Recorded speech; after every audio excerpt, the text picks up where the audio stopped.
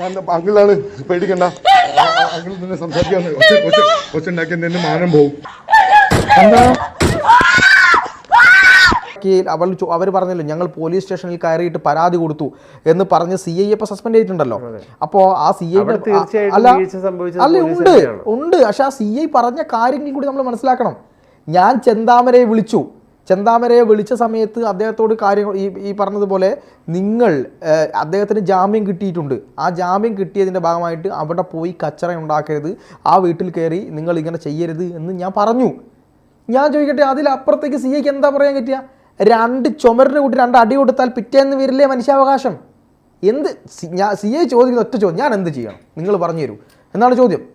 ഇതിലേക്ക് കേരളത്തെ എത്തിച്ചിരിക്കുന്നു. ഇതല്ല, യഥാർത്ഥത്തിൽ എല്ലാവരുടെ ഭാഗത്തും മിസ്റ്റേക്കുകളുണ്ട്, തിരുത്തപ്പെടേണ്ടത് തന്നെയാണ്. എന്തായാലും വലിയ ക്രൂരതയുടെ ദൃശ്യങ്ങൾ തന്നെയാണ് മുക്കത്തു നിന്ന് വന്നത്. സ്ത്രീ സുരക്ഷ നല്ല ഗംഭീരമായി പോകുന്നുണ്ട്. UP യിലല്ലാത്തത് കൊണ്ട് പ്രതികരിക്കാതിരിക്കുന്ന മഹാന്മാർക്കും നല്ല നമസ്കാരം. KR മീര ഒന്നിലും മിണ്ടില്ല.